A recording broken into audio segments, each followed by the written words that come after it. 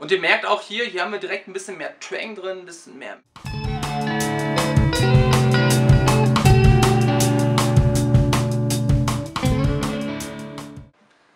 Hallo liebe Leute, hier ist Christian von Chris, das How to Plays, der mit dem Hut.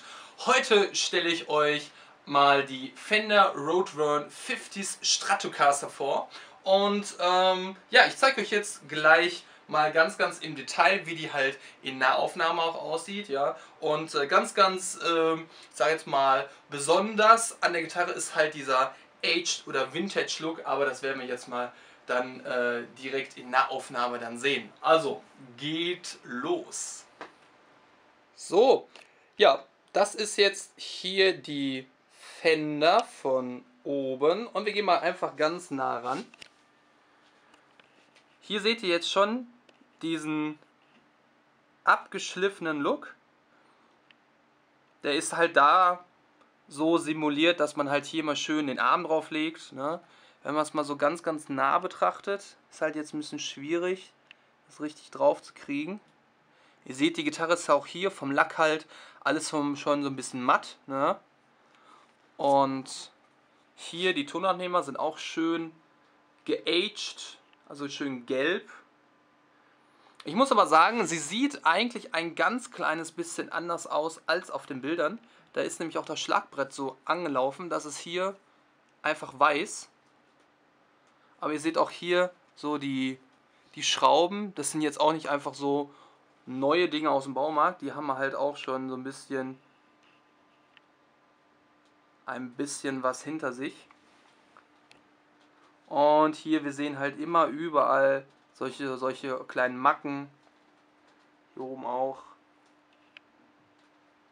Ah, wunderbar. So, drehen wir das Ding mal. So, hier unten haben wir auch solche typischen Dinger, die man halt nach ein paar Jahren Spielen einfach hat. Dass hier unten halt so Macken reinkommen, Kratzer. Hier hätte ich mir eigentlich noch ein bisschen mehr gewünscht. Sie ist jetzt nicht nach irgendeinem Gitarristen, das ist jetzt keine Signature-Gitarre, sondern sie ist halt einfach so, wie eine Gitarre jetzt aussieht, wenn man sie halt mehrere Jahre spielt. Ich finde, bei manchen Vintage-Gitarren ist es einfach ein bisschen zu heftig. Das sieht einfach aus, als wenn man jeden Tag mit einem Schleifpapier darüber geht. Aber das ist hier schon eigentlich recht realistisch. Hier auch die Vintage-Brücke. Oh, kann man ganz gut sehen. Auch hier sieht alles jetzt ein bisschen geused aus. Ich würde jetzt mal schätzen, dass wenn eine Gitarre wirklich so aus den 50er Jahren ist, dass sie eventuell noch ein bisschen heftiger aussieht. Aber ja. So. Dann haben wir hier den Hals. Supp. Sehr schön. Und hier oben dann die Kopfplatte. So. Ich drehe mal einmal.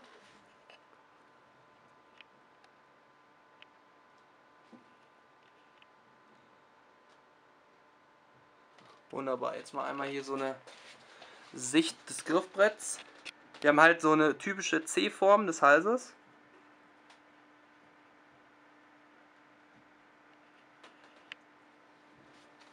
Und halt hier diese Vintage-Stimmmechaniken. Mal einmal hier das Blättchen holen, dass ich euch hier keinen Mist erzähle. Oh, wunderbar. So, dann sehen wir sie nochmal so im Ganzen. Also wir haben halt hier einen Erle-Korpus bei dem Holz des Korpus. Erle und wir haben, wie ich halt vorhin schon gesagt habe, einen C-förmigen Hals. Kann man jetzt, also das C-förmige sieht man hier so ganz gut. Ich stelle die Gitarre gleich aber nochmal hin. Oh. Auch hinten im Hals, ich drehe mal einmal um. Haben wir auch hier, sieht halt auch schön geused aus. Auch hier wieder so eine abgewetzte Stelle. Hinten auch. Also es ist recht realistisch dargestellt und nicht einfach auf Teufel komm raus überall versucht, mit Schleifpapier irgendwas zu machen. Auch hier so am Hals, man merkt einfach, hier ist er schön noch lackiert und hier fängt er an rau zu werden, einfach weil er mehr oder weniger halt die ganze Zeit gebraucht wurde. Würde ich mir persönlich aber eigentlich noch ein bisschen mehr wünschen. Aber ich stelle die mal einmal hin.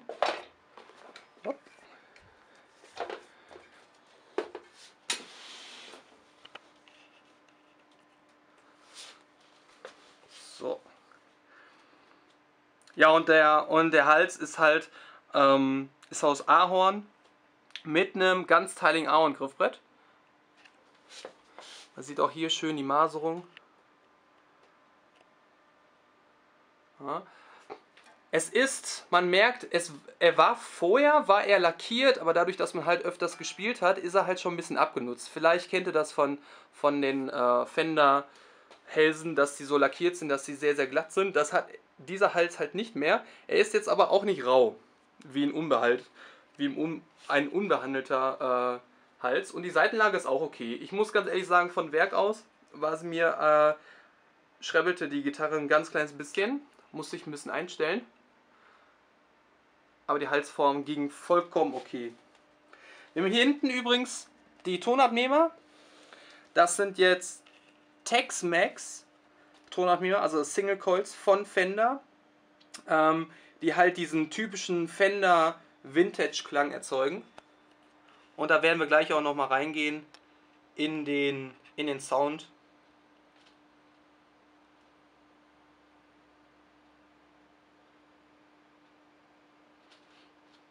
So, insgesamt haben wir 21 Bünde, die Narrow Jumbos sind. Auch nochmal hier ein bisschen spezieller rangehen, dass wir ein bisschen hier besser sehen. Die Bünde hier.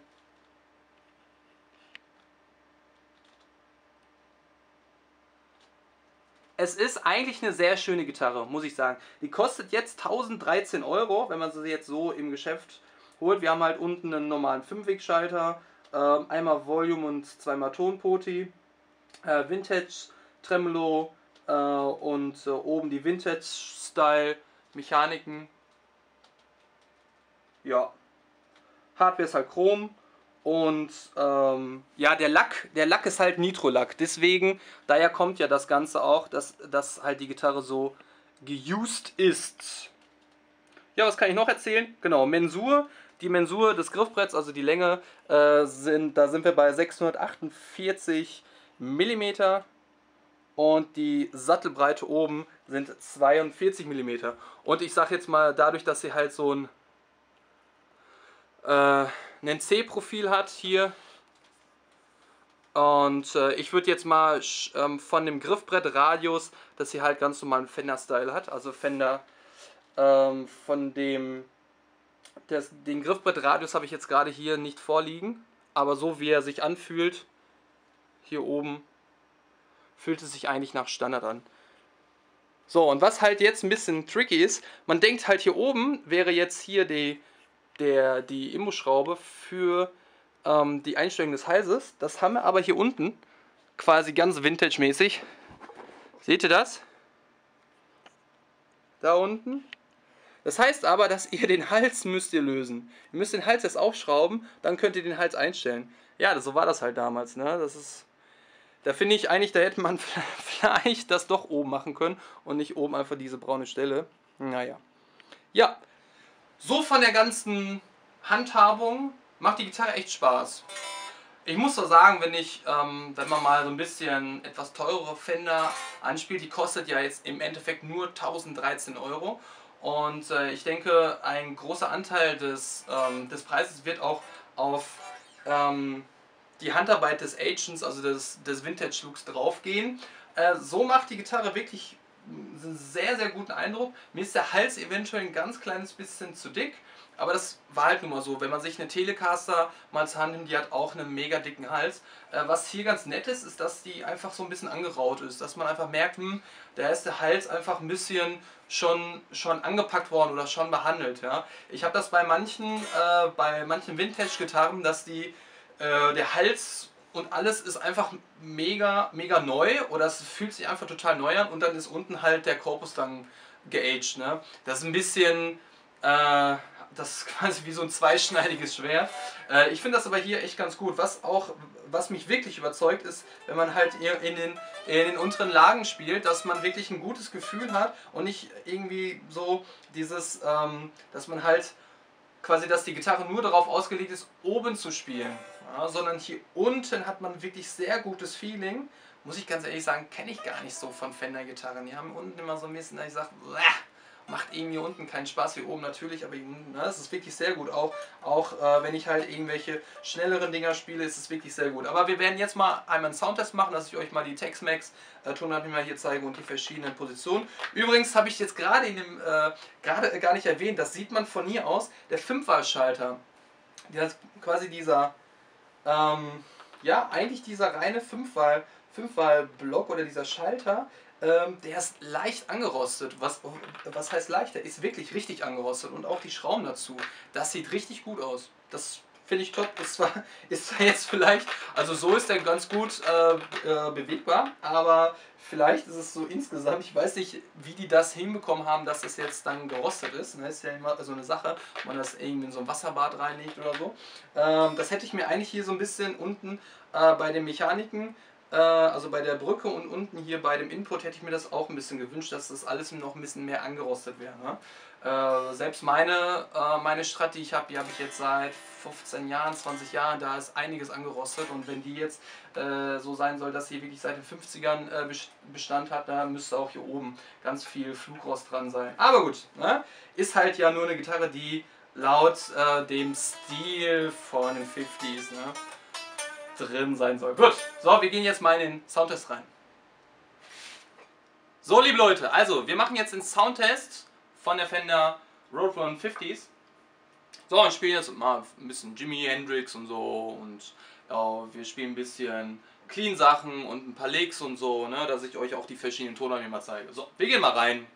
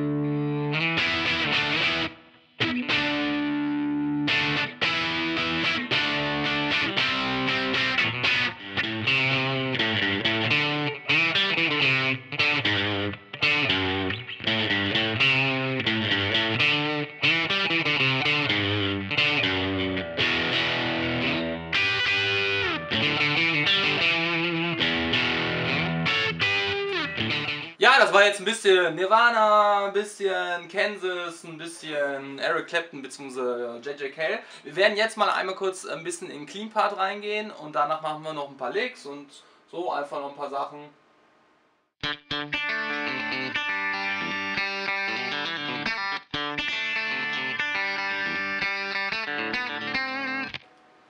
So, wir gehen jetzt einen nach vorne.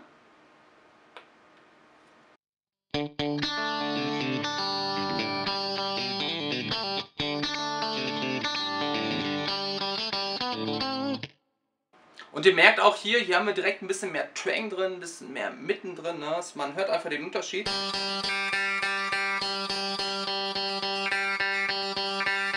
Jetzt gehen wir mal auf die mittlere Position. Da haben wir wieder so etwas klaren Sound.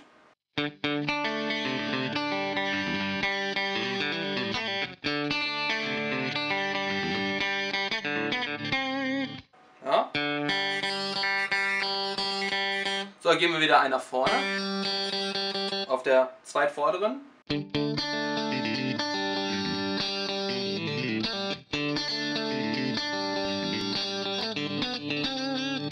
Ja, hört man auch gut den Unterschied. Das sind halt diese Tex-Mex Tonummer von Fender. Und nochmal jetzt vorne das gleiche Lick gespielt.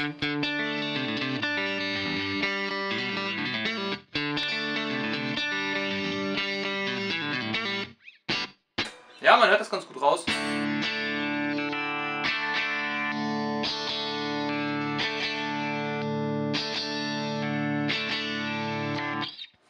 So, ich spiele jetzt mal Dead or Alive. Oben den Clean Part.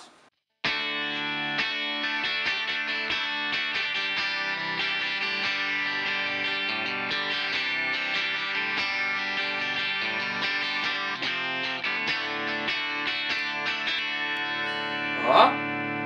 Klingt halt schön, schön hell, schön höhenlastig.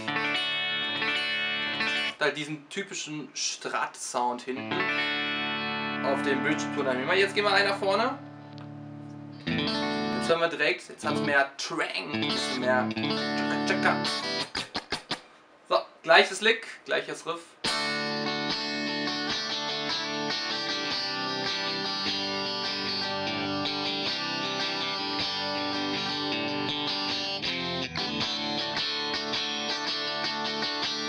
So, hört man auch gut die Unterschiede.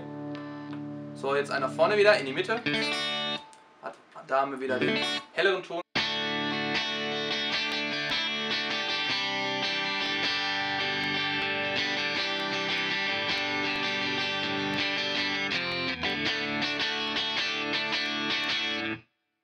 Und wieder einer vorne.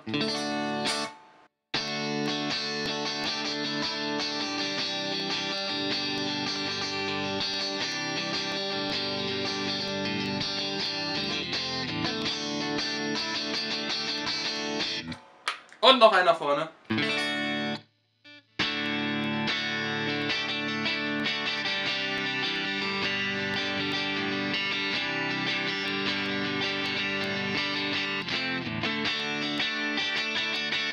Ja, wir haben echt schöne, coole Clean Sounds, ne, die man da sehr, sehr schön einsetzen kann. Was haben wir noch? Ah, genau, ein bisschen was Schnulziges, ein bisschen was Gepicktes vielleicht.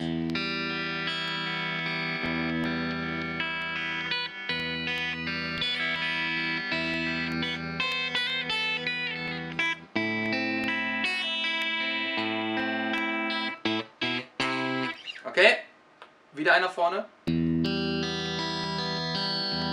Hört sich direkt schon anders an.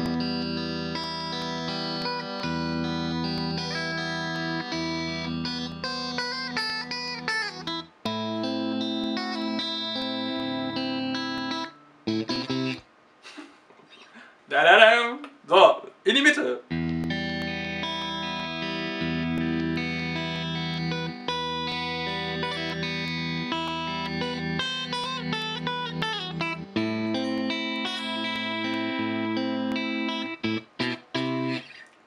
Wieder einer vorne.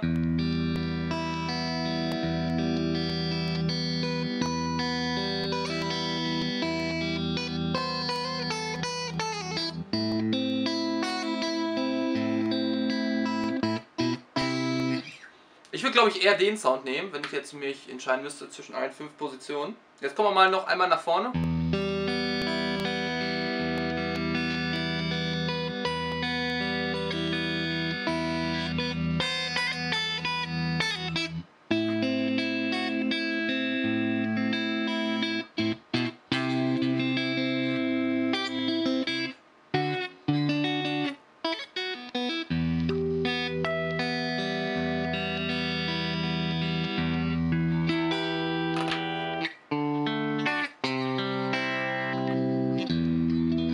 Nein, okay, ich mache hier nur Spaß. Ich witze schon wieder rum. So, was habe ich mir noch aufgeschrieben, was ich machen will?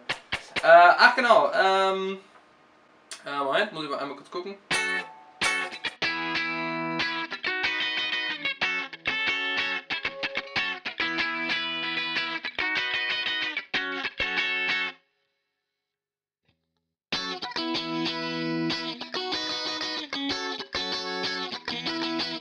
Ja, wir haben halt viele verschiedene Möglichkeiten, Sounds hier zu erzeugen.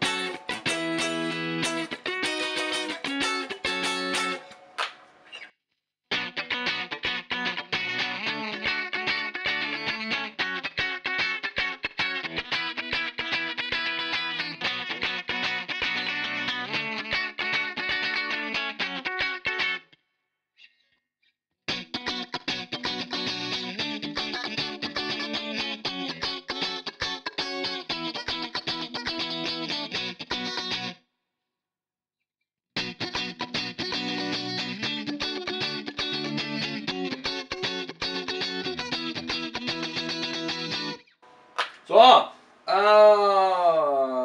was haben wir noch? Jetzt gehen wir mal in ein paar Licks rein.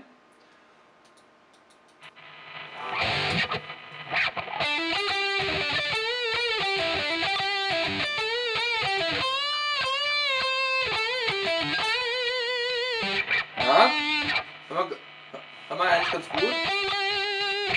Da habe ich jetzt ein bisschen mehr Verzerrung drin, damit das Lick ein bisschen mehr Saft kriegt. So, gehen wir mal nach vorne. Ihr hört direkt Rauschen, kein Rauschen, Rauschen, kein Rauschen. Das ist halt so bei Single Coils.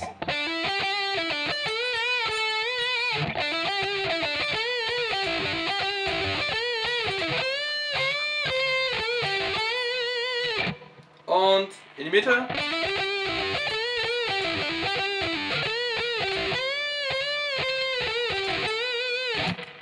Einer vorne.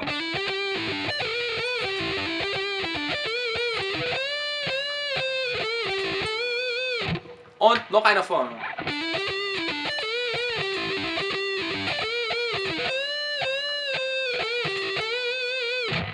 Jo.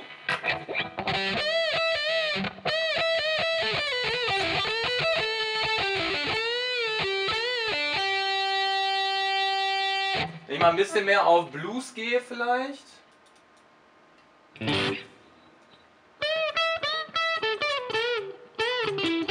Ja.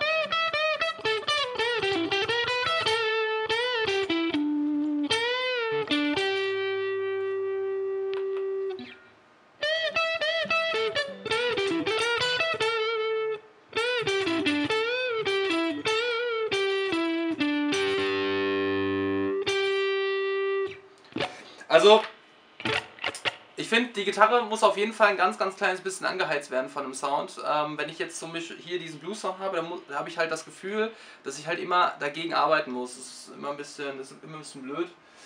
Deswegen nehme ich mir jetzt hier nochmal.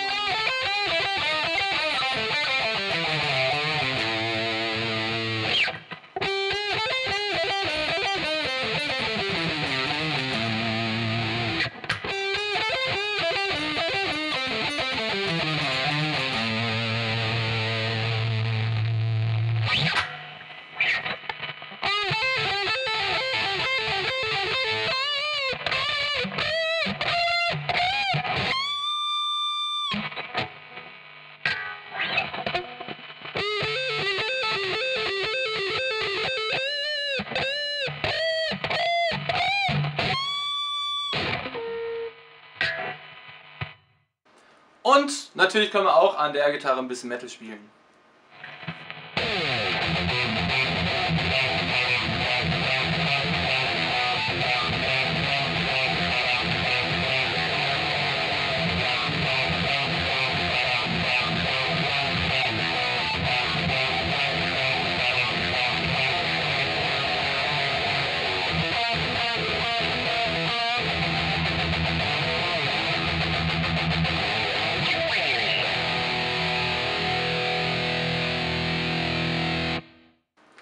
So, ich habe euch, glaube ich, jetzt einen sehr ausführlichen Bericht gegeben, was die Gitarre so alles leistet, wie sie klingt, wie ihr Sound ist. Natürlich muss man sie eher so im Vintage und im Blues-Sound verankern und dafür leisten wirklich die Tonleute immer sehr, sehr guten Job. Finde ich ein bisschen, dass sie ein bisschen rauschen, aber es ist auch vollkommen normal bei Single Coils und gerade wenn sie auf Vintage gemacht sind, dann will man das eigentlich auch so ein bisschen, dass sie rauschen. Ja? Man will jetzt keinen modernen Schnickschnack haben. Ja? Wie gesagt, Kauft euch die Gitarre, wenn ihr ganz gerne eine Fender sucht, wenn ihr eine etwas standardmäßige bzw. eine Vintage-mäßige sucht, ja, dann kauft euch die. Ihr könnt hier gerne über den Link von Session gehen, den findet ihr unter dem Video, da findet ihr den Produktlink, klickt da einfach mal drauf und schaut euch da mal nochmal die Gitarre nochmal in Bildern an und so. Ansonsten habe ich ja hier im Video ja alles gesagt und empfehlt mich weiter, schaut euch andere Videos von mir an und bis zum nächsten Mal. Christian von Christians Haut, der mit dem Hut. Macht's gut, ciao, ciao.